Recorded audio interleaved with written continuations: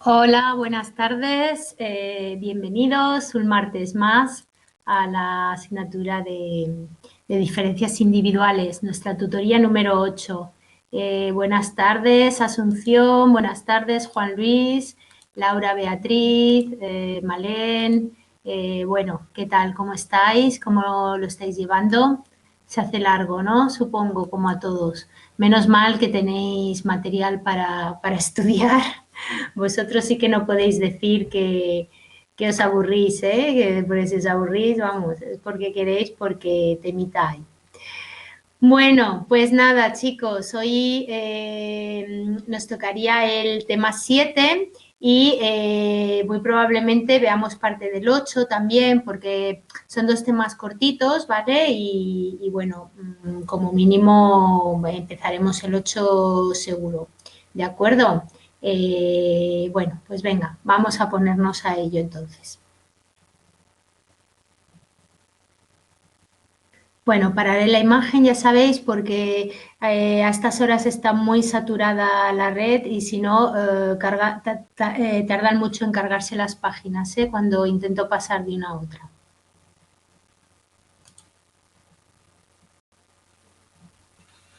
Bueno, pues así como en los temas anteriores hemos estado enfocados en el estudio de las diferencias individuales, en todo lo que atañía a la inteligencia, ahora en estos dos temas que vienen, el 7 y el 8, nos vamos a focalizar en las diferencias individuales en personalidad y en el estudio de sus unidades básicas. Lo haremos desde dos perspectivas muy diferentes. En el tema 7 será desde la perspectiva estructural, que es más descriptiva, ¿no? Intentamos describir cómo sería la estructura de la personalidad, cómo la podemos definir, cómo la podemos nombrar e identificar. Cuáles son los rasgos idóneos que nos van a servir para ir describiendo a los diferentes individuos. Y la otra perspectiva es la procesual, que, bueno, como la palabra indica, es la que está en proceso, la que es dinámica, que puede variar, se la llama también rasgos en movimiento, en interacción. Claro, esto se entiende. Nosotros, los seres humanos, tenemos una serie de rasgos que nos caracterizan, pero que no son fijos, que se mueven en interacción constante con el ambiente, el contexto y incluso las diferentes personas con las que nos estamos relacionando, ¿verdad? Esto lo habremos vivido todos, que no nos comportamos igual con unos que con otros y que depende del momento y de la situación, a veces actuamos de manera diferente, ¿verdad? Entonces, bueno, como por ejemplo pasa en el cuestionario de ansiedad, el STAI, ¿verdad?, de ansiedad rasgo, precisamente ahí se ve claramente esta distinción, ¿no? Una cosa es tu rasgo, que seas una persona, por ejemplo, propensa a la ansiedad, y otra cosa es que siempre estés en un nivel alto de ansiedad, ¿no? Puedo ser propenso como rasgo que me define, pero mi estado va a ir variando pues según la situación que esté viviendo, ¿verdad? Entonces, por eso dice, bueno, de nivel medio, carácter contextualizado según el momento y la situación, y aquí se utilizan unidades de análisis cercanas, a la experiencia que se está viviendo. Y bueno, como ya hemos visto en otros temas, para llegar a estas estructuras, a estas características, pues vamos a seguir un proceso de comparación de unos individuos con otros para ir aislando todas estas características que los diferencian, que llamaremos rasgos o estructura básica de la personalidad. y que casi siempre son de carácter biológico, ¿de acuerdo? Bueno, y con esto ya nos metemos en la siguiente diapositiva, donde vamos a ver cuáles son las fuentes principales que se van a utilizar, de datos, que se van a utilizar para hacer estas taxonomías o listados, recopilaciones de rasgos. Teniendo en cuenta, por supuesto, que estos listados o taxonomías tienen que ser evaluables, que se puedan evaluar, que los podamos comparar, ¿de acuerdo? Que sean flexibles. Bien, entonces, de estas dos, la primera, llamada aproximaciones sin una fundamentación teórica previa, ¿vale? En la que basarse, es decir, a teóricos, y se les llama modelos factoriales léxicos, porque, bueno, se van a apoyar básicamente en el léxico, en el vocabulario, en el lenguaje. Porque, bueno, pues como decían Cattell y Goldberg, resumiendo, los principales rasgos de personalidad y características de los individuos, es seguro que el ser humano en el lenguaje ha encontrado la manera de expresarlo ya. Y como os pongo aquí, consideraban el lenguaje la única fuente fiable y exhaustiva de datos de las características de la personalidad, las cuales quedan plasmadas a lo largo del tiempo en el idioma, ¿no? Bueno, lo que venimos diciendo. Y bueno, y el procedimiento básicamente era pues que se seleccionaba una gran cantidad de descriptores de estos rasgos en el diccionario, normalmente con sus contrarios, con los antónimos, y luego mediante la participación de jueces pues se van a ir depurando y reduciendo todos estos términos, y al final, bueno, pues con un análisis factorial pues se acaba elaborando la lista definitiva, ¿verdad? Y para que salgan estas unidades básicas de la personalidad. Y bueno, ya Galton había llevado a cabo este proceso de búsqueda de términos en el diccionario, y había hecho un primer trabajo sobre todo esto, con una selección de 1000 descriptores de la personalidad. Lo que pasa que, bueno, se consideró que no era un trabajo de rigor, asistemático y sin impacto suficiente, ¿no? Hasta que, bueno, luego ya tenemos a Allport y Othbert, que ya llevarán a cabo un trabajo más exhaustivo, en el que van a hacer una selección de un total de 18.000 vocablos, con, bueno, que sacan del diccionario, claro, que pasando mediante un acuerdo interjueces, los acaban convirtiendo en 4 categorías de términos, que no son siempre excluyentes. Las tendencias personales de carácter determinante, los estados de ánimo temporales, los juicios sociales y las cualidades físicas y capacidades. Y luego de la reducción de este cúmulo de descriptores, pues finalmente nos van a quedar 35 rasgos superficiales. Y de estos 35 van a constituir una fuente muy importante para el futuro modelo de los 16 factores de Cattell, que luego hablaremos de él. Pensad que este Cattell es el del cubo, no el otro que ya estudiamos anteriormente, para no confundirnos. Y también va a ser la base, bueno, para varios de los modelos de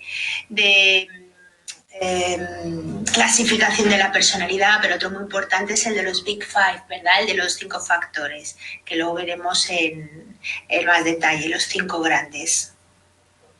Y ahora pasaríamos a la siguiente aproximación, ¿no? Las derivadas de una fundamentación teórica previa, ¿eh? Por eso se les llama a priorísticos, porque a priori ya tienen un sustrato, ¿no? Teórico. Y bueno, como decimos, modelos factoriales biológicos porque se refieren a las bases biológicas del individuo y bueno, pues son de carácter universal, claro. Así los datos provienen de cuestionarios de personalidad previos que ya van recogiendo contenidos teóricos de interés. Y bueno, aquí el modelo estructural más importante es el de los 3 factores de Eysenck, que señala que los correlatos biológicos pueden servir para analizar la validez de las teorías taxonómicas de rasgos tipos. Y bueno, claro, como ya os podréis imaginar y como siempre pasa, pues a Eysenck no le gustaban nada las clasificaciones que hacía Cattell, ¿no? Que las consideraba, pues, bueno, demasiado matemáticas, demasiado al aire, digamos, ¿no? Sin basarse en ninguna teoría previa. Y bueno, pues ahora iremos estudiando más en detalle estos modelos de estos diferentes autores y de estas diferentes aproximaciones que hemos visto para ver un poquito mejor cómo funcionan. Aquí os he marcado también en estos biológicos el modelo de Gray, que lo vamos a estudiar, que será de 2 factores solo, que lo vamos a ver ahora más adelante. Bien, pues pasamos a la diapositiva siguiente y vamos a ver en orden cronológico un poco, ¿no?, cómo se llegó a depurar este modelo de los 16 factores de Cattell, de factores primarios, ¿de acuerdo? Entonces, bueno, vemos que primero se hizo una selección de 4.000 vocablos de conductas estables, constituidos, bueno, también en su mayoría por sus antónimos, ¿verdad? Y de aquí se filtraron, se quedaron 160 grupos y, bueno, llamamos grupos porque eran pares con antónimos, más 11 sacados de la literatura psicológica previa, ¿vale? Por supuesto, con un sistema de análisis que diera posibilidad de que esto fuera replicable, ¿no?, y de poderlo validar. Y bueno, ¿cómo llegamos a reducir estas 171 variables iniciales que tenemos en los 16 rasgos finales, ¿no?, en los que nos ha de quedar este modelo? Y esto será mediante una recogida de datos cuyas fuentes principales de esta recogida pues van a ser, bueno, diferentes, van a ser lo que denominaban los datos L, que será mediante la observación externa de conductas, y de aquí se van a extraer 12 rasgos bipolares, los datos Q derivados de los autoinformes, de la percepción de los propios sujetos, y los datos T, que ya van a ser pruebas objetivas con respuestas no falseables. Y bueno, pues con toda la información extraída de estos datos y el análisis que llevó a cabo, al final nos van a quedar estos 16 rasgos fuente de orden primario recogido en 16 escalas bipolares.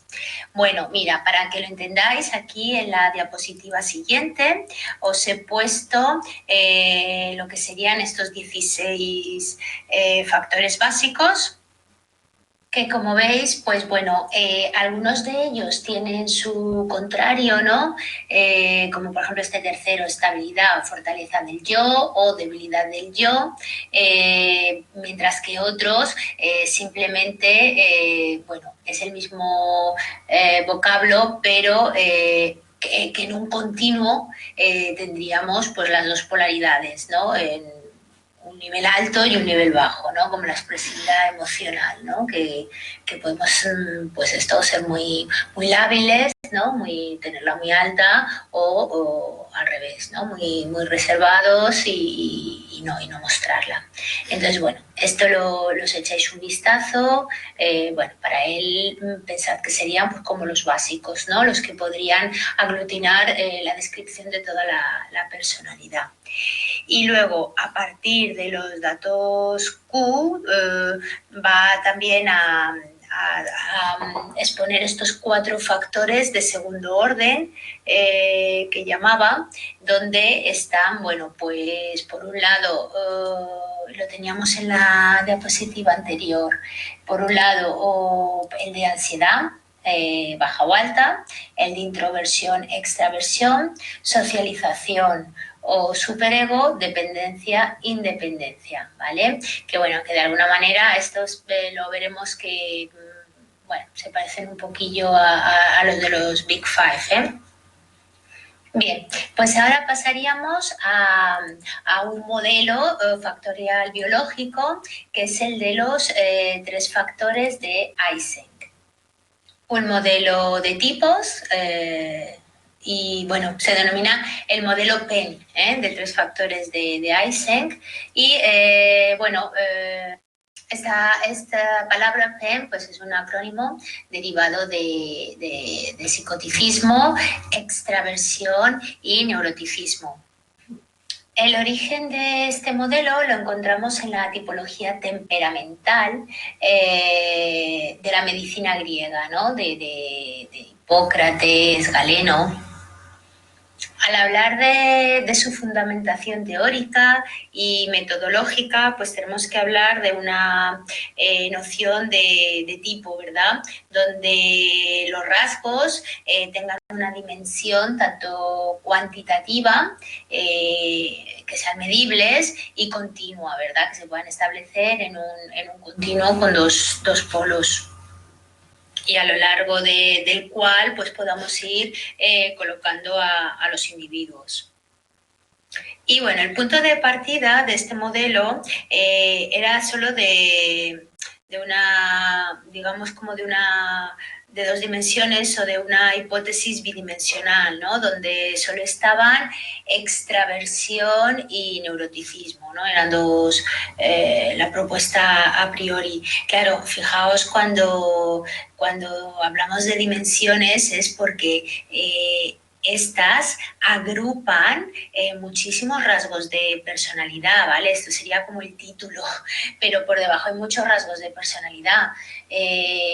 Porque, por ejemplo, si intentamos definir qué es una personalidad neurótica, pues bueno, podemos hablar de el rasgo de inquieto, ansioso, nervioso, desconfiado, suspicaz, ¿no? Es decir, que son, por eso las llamamos dimensiones. O dentro de la dimensión de extraversión, pues puede ser alegre, confiado, dicharachero, despreocupado, en fin, una serie de adjetivos, ¿verdad? Y bueno, ya sería más tarde que incorporaría la tercera dimensión de psicoticismo.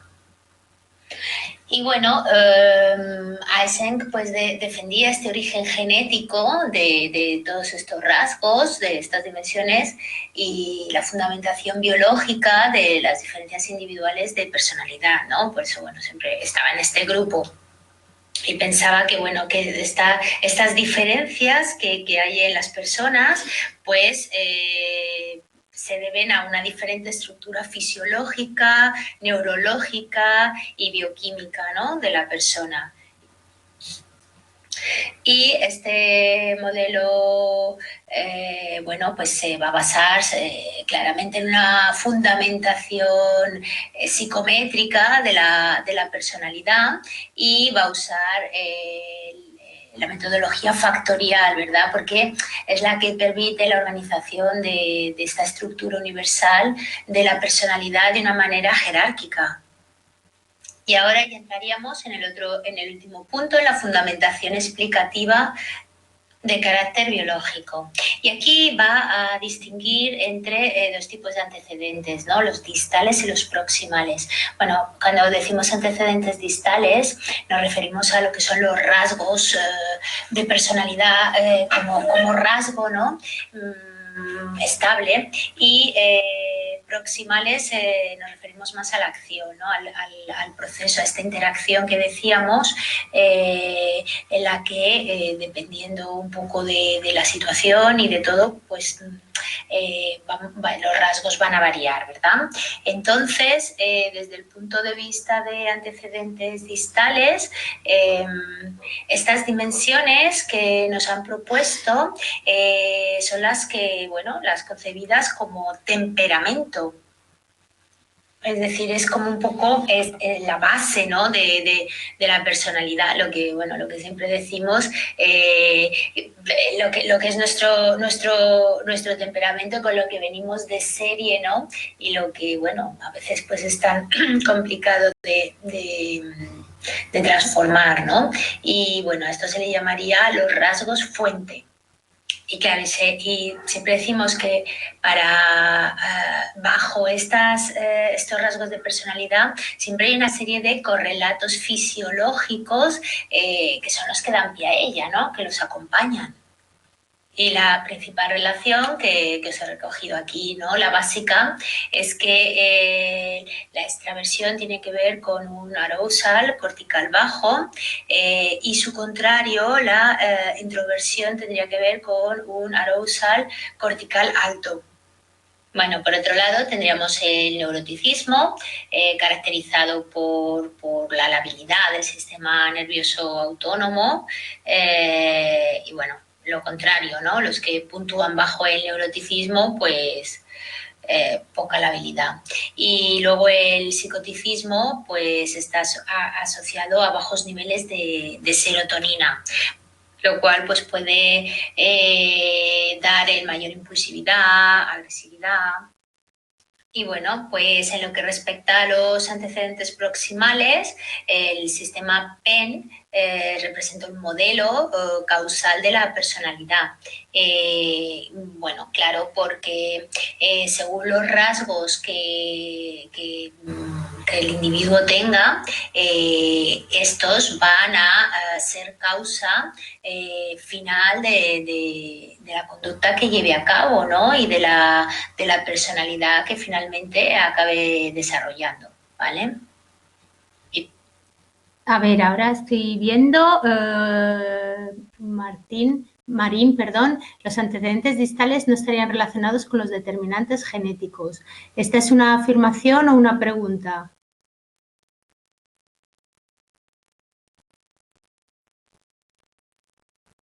Sí, claro que lo están, completamente, son determinantes biológicos. Es decir, es el sustrato de fábrica, ¿no? Lo que yo os decía, un poco con lo que venimos. Efectivamente, claro que están relacionados.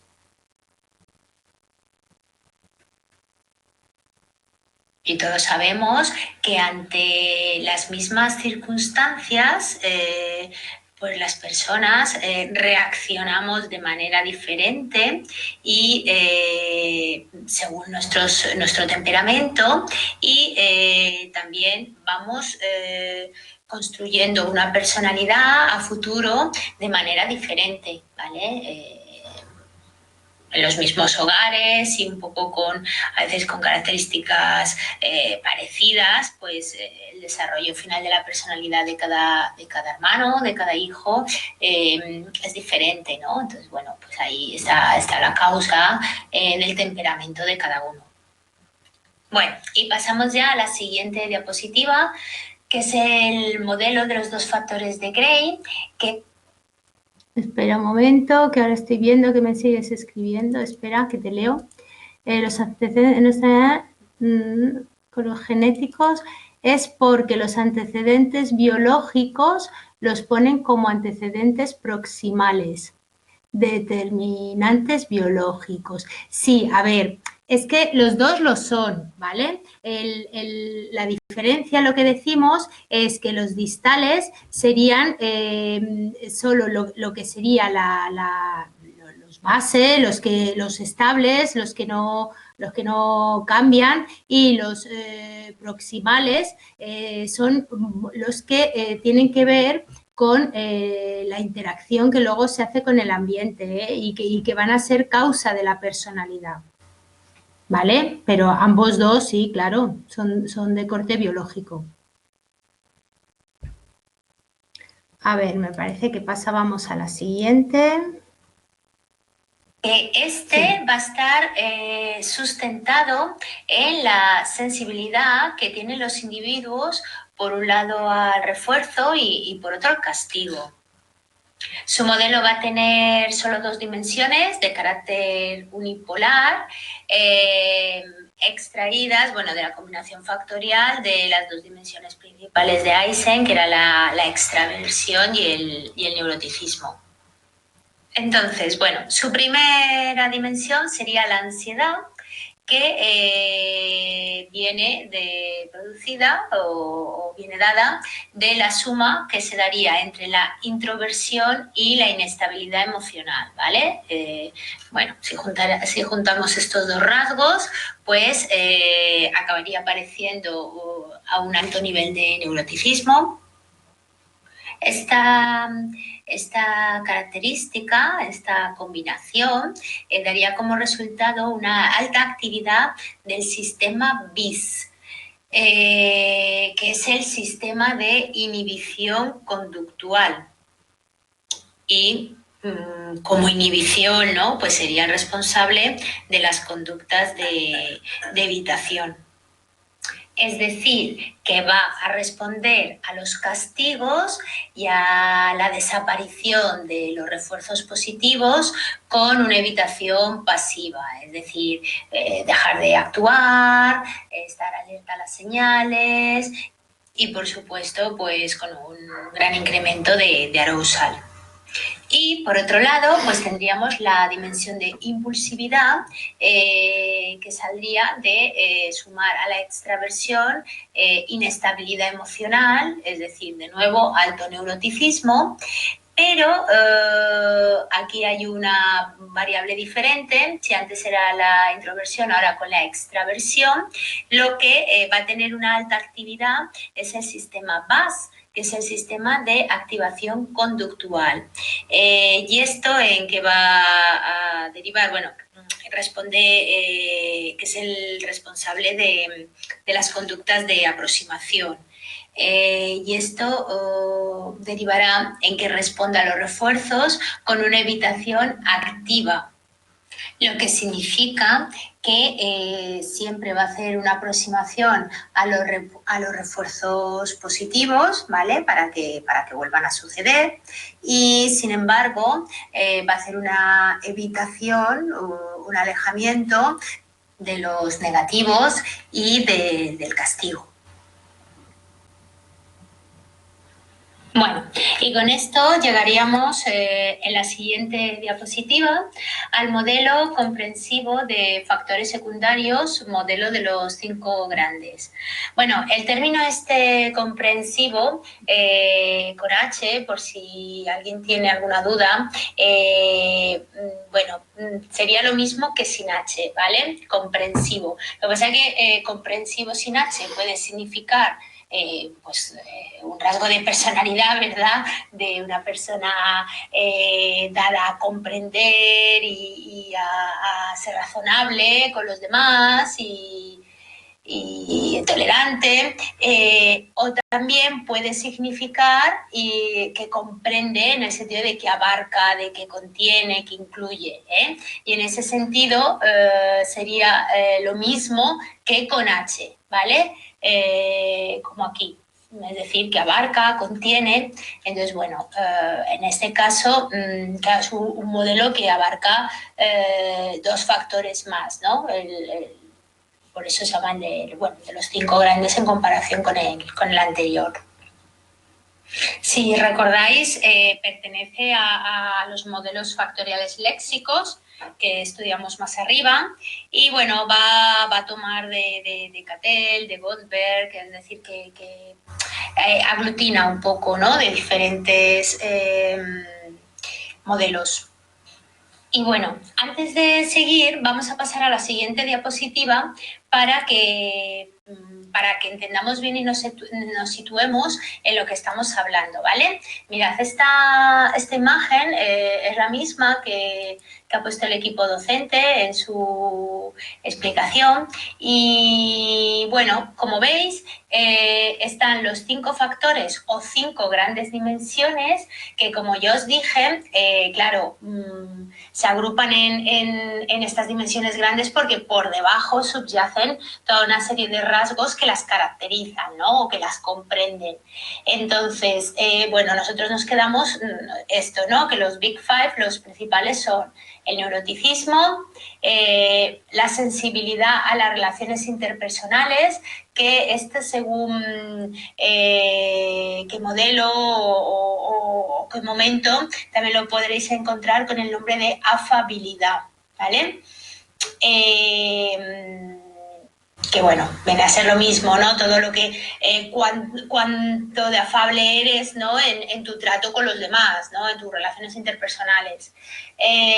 La voluntad también a veces tiene el nombre de tesón o incluso de responsabilidad, la apertura a la experiencia y la extraversión, ¿vale? Entonces, bueno, por ejemplo, cojamos el de extraversión y vemos que dentro de él pues estaría la cordialidad, el gregarismo, la asertividad, la actividad, búsqueda de emociones, emociones positivas, ¿vale? Es decir, que están formados por una serie de rasgos a su vez.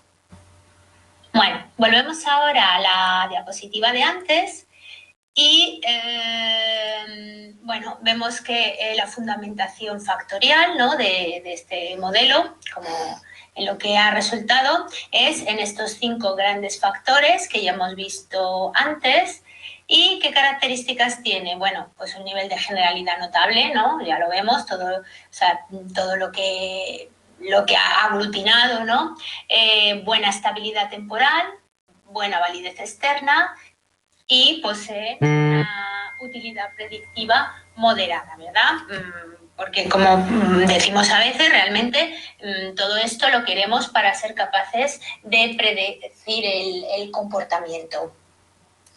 Y bueno, en la página 365 pues tenéis este cuadro que describe perfectamente, ¿no?, en un poco lo más característico de cada uno de estos rasgos, ¿no?, del neuroticismo, que bueno, pues evalúa el ajuste emocional o el desajuste, ¿no?, la desregulación, la extraversión, la cantidad e intensidad de las interacciones interpersonales. Bueno, esto es muy sencillo de entender y bueno, lo miráis.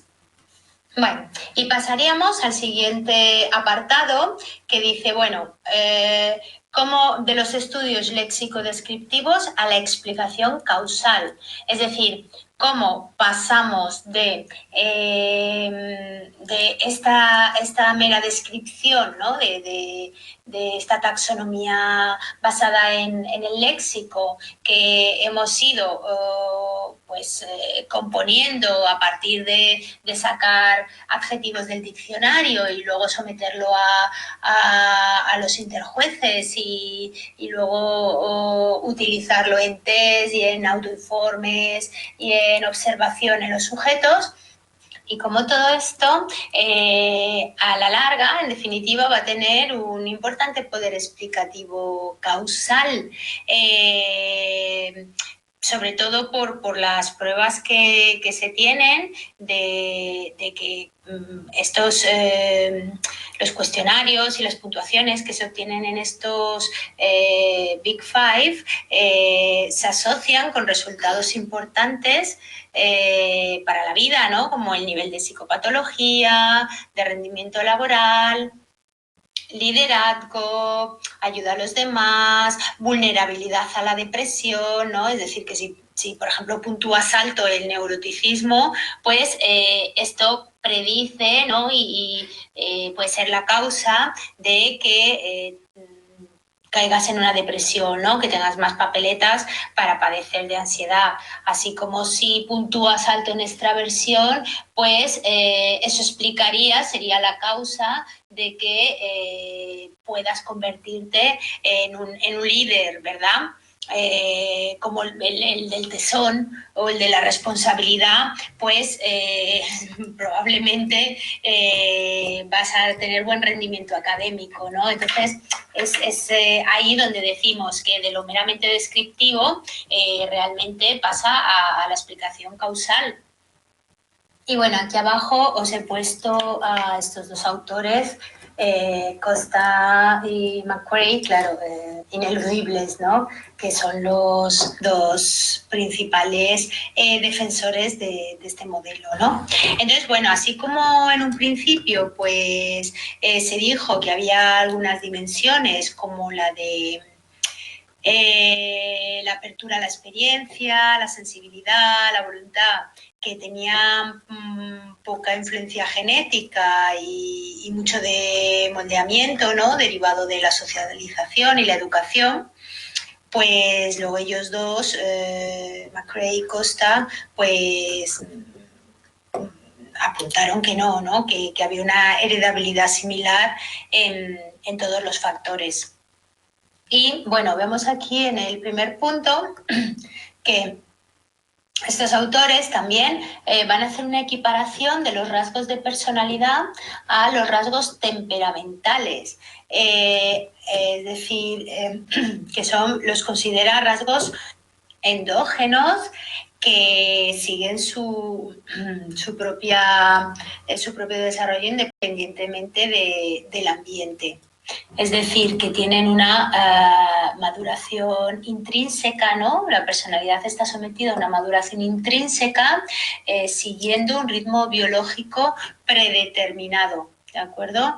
Y luego se va a establecer unos niveles de análisis de esta personalidad basándose en la formulación en 3 niveles que hizo McAdams, que realiza de la personalidad, en donde, bueno, pues en el nivel 1 estarían estos rasgos de personalidad, los Big Five. En el nivel 2 estarían los constructos contextualizados, ¿verdad? Es decir, los valores, las metas, habilidades, creencias.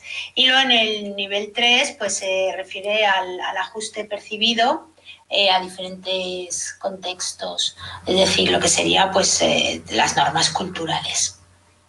Bueno, y con esto pues ya pasaríamos al penúltimo punto, ya la última diapositiva, que nos habla del análisis comparativo de los principales modelos estructurales de la personalidad, ¿no? Es decir, bueno, al final 3 dimensiones, 5 o 16, ¿no? Bueno, compara un poco en los dos casos el modelo de los Big Five, de los 5 grandes, o con el de los 16 factores de Cattell, o con el de los 3 grandes de Eysenck. Que como veis, pues los rasgos y las dimensiones están altamente relacionadas. Y bueno, pues de estas comparaciones, ¿cuáles son las conclusiones más importantes a las que llegaron? O que os marco yo, ¿no? Pues que bueno, que de los 16 factores de Cattell pues no era lo suficientemente estable para construir las bases de un modelo teórico, ¿verdad? Porque no eran fácilmente replicables ni particularmente significativos. Luego, las 2 dimensiones superiores de las que hablamos, neuroticismo y extraversión, pues parece que eran apropiadas y bien identificadas porque, bueno, las vemos visibles en todos los modelos. Y la de psicoticismo nos dice que al principio pues era una dimensión un poco más confusa, pues bueno, sí que se ha podido integrar en otros modelos. como estamos viendo aquí, ¿verdad? Que el psicoticismo de los tres grandes, en el de los Big Five, pues se puede hablar de relacionado con la sensibilidad a las relaciones interpersonales, la apertura a la experiencia. Y bueno, en conclusión, que este modelo de los Big Five finalmente pues es el que se erige, ¿no?, como un verdadero marco de referencia que integra a los otros modelos, ¿no?, tanto desde lo descriptivo como desde lo explicativo. Y bueno, ya por último de este tema, pues nos quedarían las aportaciones más relevantes de estos modelos estructurales, pero bueno, de aquí no hay mucho que explicar. Bueno, estudiaros estos puntos principales, ¿vale?, que tenéis en el libro. Pues esto, ¿no? Identificación y entendimiento de regularidades importantes en la conducta, ¿no?, lo que nos permite reducción y simplificación del universo estudiando en unidades básicas, elaboración de un mapa o estructura de la personalidad. Bueno, no hace falta que os las lea yo, pero sí que os marco que son importantes, ¿vale?, que las tengáis en cuenta. Vale, y aquí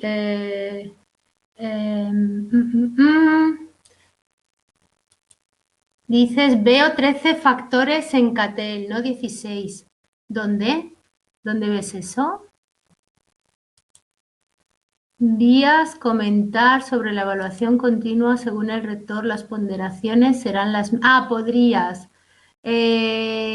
Bueno, es que esto todavía no está claro, ¿eh? Es decir, que, bueno, el equipo docente me parece que os ha mandado de los 16, ¿no? Claro, es que me has dicho que veías 13. Vale. Bueno, todavía no se sabe, ¿eh? Me parece que el equipo docente os ha enviado un email con información, ¿no? Un poco las novedades que yo he visto, creo que es que la PEC amplían el plazo para entregarla un poco, que lo que es el calendario de los exámenes en línea y todo eso que sigue igual, y que a la gente que hubiera perdido los 3 anteriores, pues que le daban la posibilidad de poderlos recuperar, ¿verdad?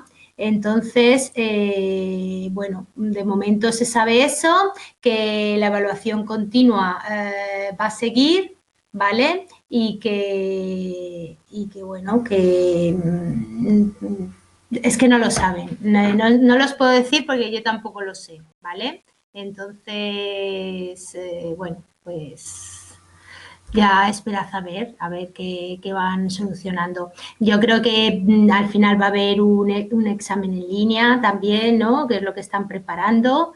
Y bueno, yo supongo que será igual, que se va a hacer la media y más o menos va a ser parecido. Y de la ponderación todavía yo por lo menos no lo sé, todavía no se sabe, ¿vale?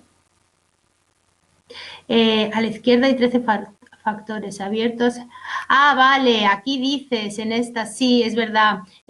Faltan los que, perdóname, faltan los que no se corresponden con el modelo de los 5 grandes, ¿vale? Tienes razón. Están solo puestos los que corresponden al modelo, ¿vale? Vale. Bueno, pues pasaríamos entonces ya a el siguiente tema. ¿Veis? Os dije yo que nos iba a dar tiempo a poder ver el tema 8.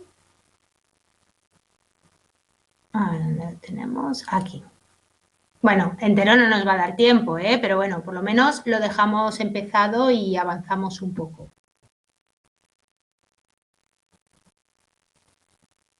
Bueno, pues en este tema 8 ya habíamos dicho que es el enfoque procesual de las diferencias individuales en personalidad, es decir, el enfoque en movimiento, ¿no?, en el proceso, es el estudio de la dinámica de la personalidad, cómo ésta se desarrolla en conducta en los diferentes contextos y ambientes en que nos movemos. Esto es, que si en el otro tema lo estábamos estudiando desde un enfoque estructural en el que, bueno, simplemente veíamos el temperamento, ¿no? Por una parte, bueno, pues como realmente, más bien lo biológico, lo genético, lo que podía ser heredable, es decir, la estructura base, ¿no? Entonces aquí ahora vamos a ver cómo este temperamento, mediante la interacción con el ambiente, pues va desarrollando la personalidad del individuo. Y bueno, nos dice que desde luego en la conducta no siempre hay estabilidad y consistencia, eso está clarísimo. No siempre nos comportamos de la misma manera, como decía antes, con la misma gente, ni siquiera ni con diferente ni con la misma, ni en los diferentes momentos de tiempo, ¿no?, en los que nos vamos a ir encontrando. Y aquí Allport nos va a decir que hay 4 aspectos que la determinan, la conducta. Por un lado, las características estables y consistentes que van a definir su personalidad, es decir, la verdad, ¿no?, lo que hay, con lo que viene el individuo. Luego estarían las defensas y los disimulos, ¿no?, los mecanismos de defensa y estas formas en que disimulamos a veces ciertos rasgos de nuestra personalidad, ¿no? Bueno, pues por deseabilidad social, por quedar bien, porque no es políticamente correcto, mil razones. Luego estaría el modo en el que la situación es percibida, ¿verdad? Y mi relación con la situación, ¿no?, de acuerdo a esa percepción que yo tengo de ella. Y por último, las demandas, ¿no?, que me exige la situación. Con lo cual, pasando ya a la siguiente diapositiva, vamos a hablar de un interaccionismo entre personalismo y situacionismo, ¿verdad? Entre la personalidad y la situación. Con lo cual, teniendo en cuenta esta interacción que siempre se da entre ambos, pues esto nos lleva a afirmar que no es que la conducta sea inconsistente, sino discriminativa, dependiendo de la situación en la que estemos, porque lo que sabemos es que siempre se tiende a la adaptación al medio. Y vemos que las características básicas de este interaccionismo pues son que nos resulta una conducta resultante de la interacción recíproca individuo-situación, donde cada uno afecta al otro, de ahí, bueno, por eso lo decimos recíproco.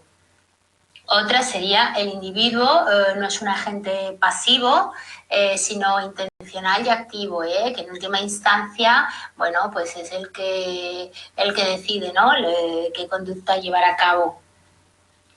La tercera, por supuesto, la conducta está determinada tanto por factores cognitivos, como motivacionales, emocionales y biológicos.